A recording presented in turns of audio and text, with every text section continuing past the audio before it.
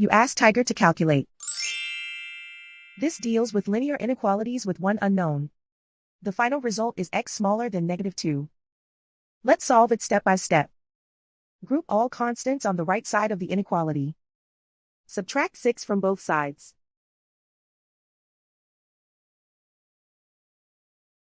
Group like terms.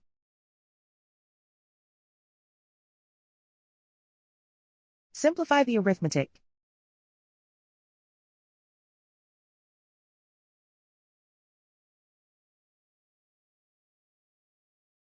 Convert the x into a positive number. Multiply both sides by -1.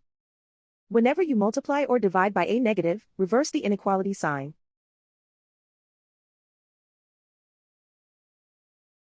Remove the ones.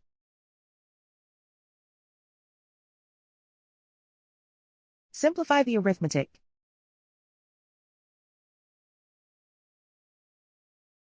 Plot the solution on a coordinate grid. And so the final result is x smaller than -2.